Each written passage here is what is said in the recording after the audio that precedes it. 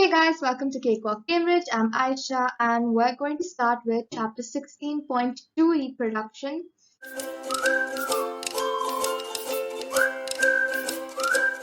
This is the second segment of the reproduction chapter, and I'd really recommend you going to the first section first and then going to the second one. But even if you don't do that, no worries, because the first part was just about asexual reproduction and the second part is only going to be about sexual reproduction in plants. So let's get started. So first we're going to look at the parts of the plant that IGCSE requires you to know. So this is called the sepal. These are the tiny leaves at the bottom. When I was small, I was made to dissect a hibiscus flower. So I'd say doing that will really help you. At least get one and look at it yourself. So these leaves at the bottom right near the stalk are called the are called the sepals. And this portion over here is the receptacle. Okay. But just remember, when they ask you for the leaf, it's always the sepal. Okay, the sepal. Then as you can see, this is the petal. I think this is very universally known. Then you have two parts of the plant, the male reproductive part and the female reproductive part. So this is like a bisexual flower because it has the female and male reproductive parts both. So the male reproductive part is called the stamen. Okay. So the stamen comprises two parts, the anther and the filament. The anther is the top portion here, and the filament is this long extension that holds the anther in place. Okay. And you have the carpel, which is the female part of the plant. You have three components to the carpel. The stigma, which is the top portion here. You have the style, which is the extension here that holds the stigma, and you have the ovary, which is right over here. So basically, in the end of pollination or fertilization, which we're going to look at in this video, the ovary turns into the fruit and the ovule becomes the seed. Okay, we're going to look at how this all happens. Just remember an easy way to remember this. I don't know if it'll really help you, but remember, stay men. So this is like the male part of the plant.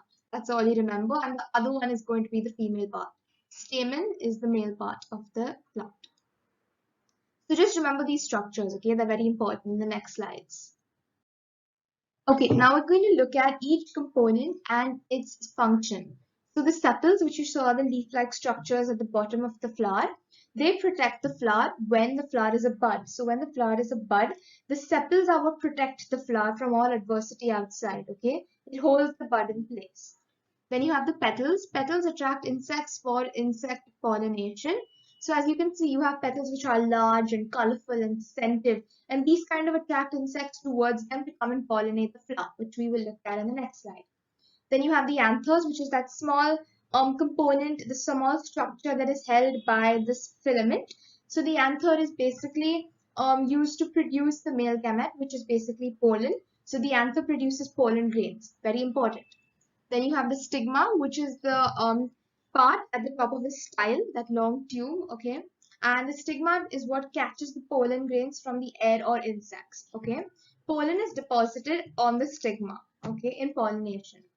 And then you have the ovaries, which is basically the site of fertilization, where the gametes fuse. The nuclei of the ovule fuses with the nuclei of the pollen grain, okay, and that produces the seed, okay, that forms a seed.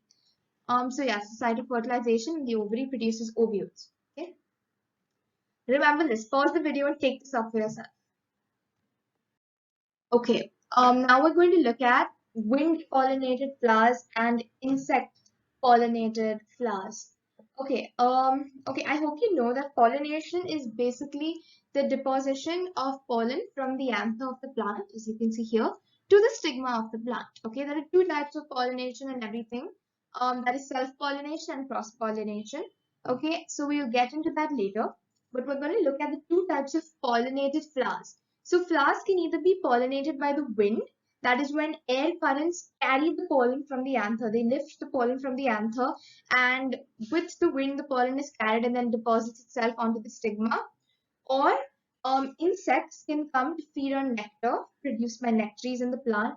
While they do so, pollen from the anther can get caught up in their bodies, like in a bee. Bees are very famous insect pollinators. Then the bees go to different flowers, different plants, or different flowers in the same plant.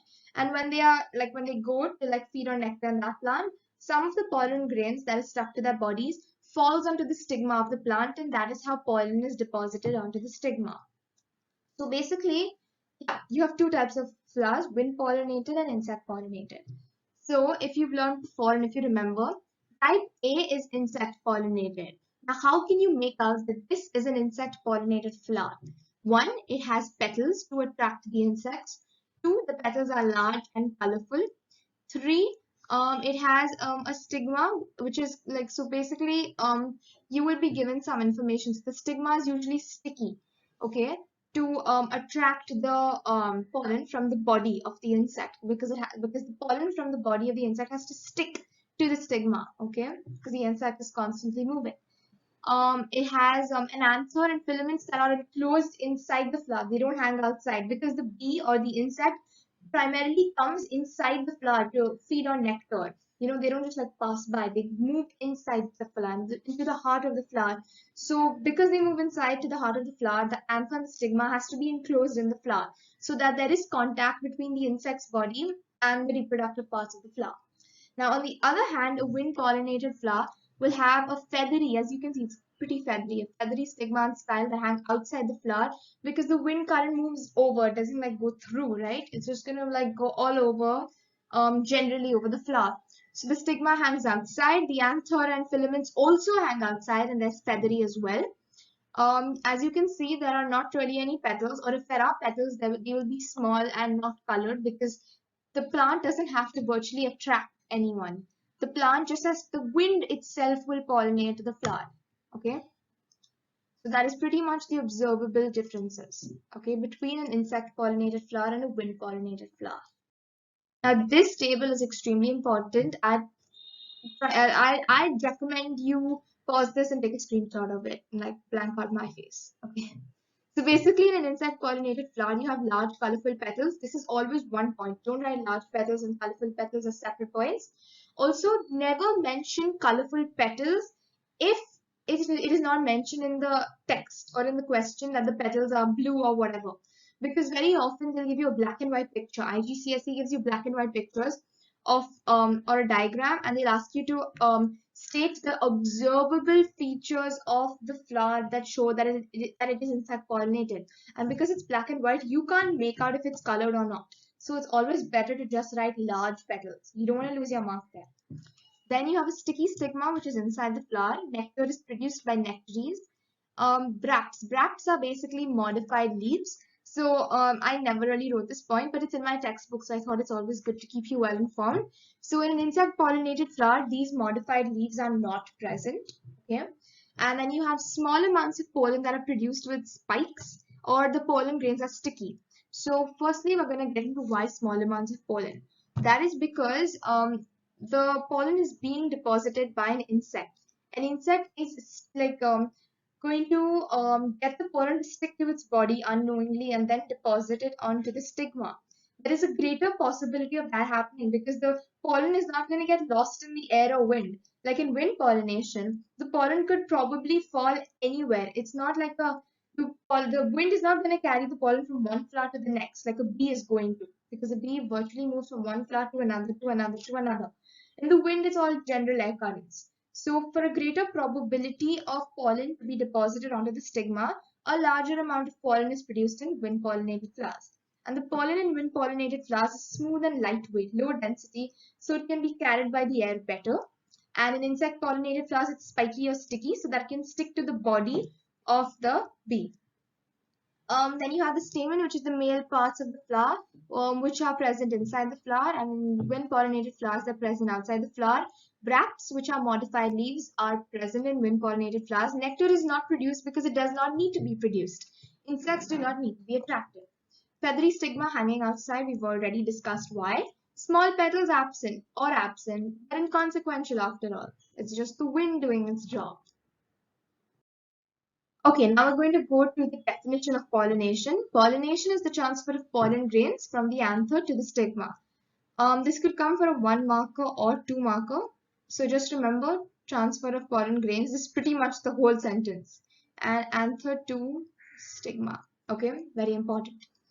Now we're gonna get into the differences between self and cross-pollination. So self-pollination is the transfer of pollen grains from the anther of a flower to the stigma. So you first start with the definition, the general definition of pollination, which is transfer of pollen grains from the anther to the stigma. But in self-pollination, you will also include of the same flower or a different flower on the same plant. Now, what does this mean? I'm gonna draw it out for you. Like, just excuse my drawing. So supposing this is a plant, okay, and you have one flower here, one flower here, one flower here, and you have another plant here with one flower here, one flower here, okay. So now if pollen from this flower, okay, moves to the stigma on this flower, it is self-pollination because it is on the same plant, okay.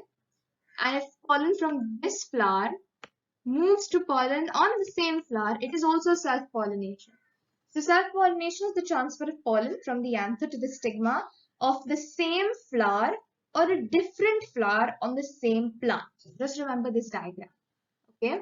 Whereas cross-pollination is the transfer of pollen grains from the anther of a plant to the stigma of a flower on a different plant of the same species. So both have to be species A for cross-pollination to take place. So pollen can move from this flower to this flower, and that is cross-pollination. But if pollen moves from this flower to this flower, it is self-pollination. Okay, so this is the small difference between self and cross-pollination. I don't know how to further break this down for you because it's pretty self-explanatory. It is just the wording and wordplay that you can't get confused with. You have to be really clear with your concepts. Self-pollination is in the same flower or a different flower on the same plant. So it's either same flower or same plant. Whereas cross-pollination is different flower, different plant, but same species. Okay, that's all you have to remember. I've again highlighted the terms that you need to remember for your definition to score full marks. There are keywords. Okay, so don't neglect these. I don't think I need to explain this any further. Okay, now we're going to go into self-pollination versus cross-pollination. So in self-pollinated flowers, you have the same genetic constitution that are genetically identical. There's a lack of variation. There's less adaptation as a result of lack of variation because the alleles present in the plants are the same. So they may, and if climate changes, they may not be able to adapt better to climate. But they will be able to pollinate in isolation because in self-pollination, pollination occurs on the same flower or on the same plant. So it doesn't really matter. So pollination can continue, fertilization can continue, and so extinction can be prevented. In cross-pollination, you have genetic variation and a better chance of adaptation due to variation, but they are not able to pollinate in isolation because you need another plant to help you with pollination. Okay. Again, this is all just something you have to mug up. Not too many points, quite easy. Broken down for you. Okay, now this is the whole process of pollination and fertilization. If you've paid attention from grade 4 to grade 9, you'll probably remember this. But yeah, it's pretty easy. So basically, pollen is first produced on the anther, which is part of the stamen, which is the male reproductive part of the plant. Okay, and pollen is the male gamete. Okay, just gonna write that down for you. Because very often in past paper questions in theory, for a 1 mark answer, they'll ask you what is the male gamete? Pollen. Okay, the pollen is then carried away by insects or the wind based on what kind of plant it is to the stigma. What is this called? Pollination. The first two steps make up pollination. Once it reaches the stigma, at the top of the stigma, the pollen then grows a tube from the top. Okay, a pollen tube grows through the style. Okay, and it connects the pollen to the ovary. Okay, so the pollen travels down this pollen tube in through the style. So the pollen tube is in the style. Okay, so I'm just gonna draw that for you. So if this is your plant, so this is your stigma, this is your style, this is your ovary, this is your pollen grain. It produces a tube like this that runs down into the ovary. So it travels along this tube. It goes along this yellow line here. Okay, this is called the pollen tube. I'm just going to label it PT. Goes down the pollen tube into the ovary. Okay, so it goes from here to here. Okay, the pollen travels through the pollen tube in the style to the ovary. And just remember, when they ask you to label this outer part, it's the style. When they ask you to label the inner part, it's the pollen tube. Just remember that. Then after that, the pollen enters the ovary. Then the pollen nucleus fuses with a nucleus in the ovule. So the ovary will have maybe like 5 ovules, for example. So one ovule, the nucleus of one ovule will fuse with the pollen grain nucleus, and that will form a seed. A seed is formed. This is fertilization, and the ovary becomes the fruit. That is this part, this ovary becomes the fruit. That is basically pollination and fertilization in just one go. If you want to read through this again before your exam, again, take a screenshot or write this down somewhere. It really helps you. So yeah, that is your process.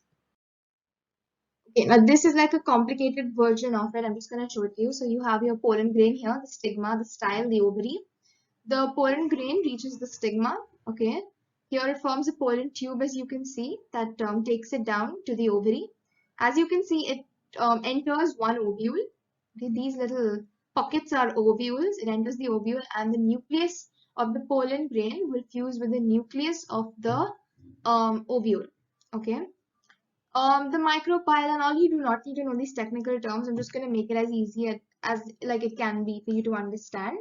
And that basically forms your seed. Okay, that's basically how it works. You don't need to know anything more. That's it. Okay. Okay, germination. So now these are the conditions required for germination. Now what exactly is germination? Germination is the development of a seed into a seedling. Okay, where it becomes a little plantlet. Okay, so now what are the conditions required for germination? One is oxygen.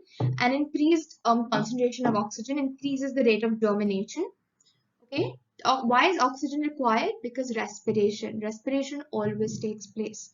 And now this is a googly, like a trick question. They may ask you whether it means carbon dioxide. No, only a plant with leaves requires carbon dioxide, green leaves, because only green leaves can photosynthesize.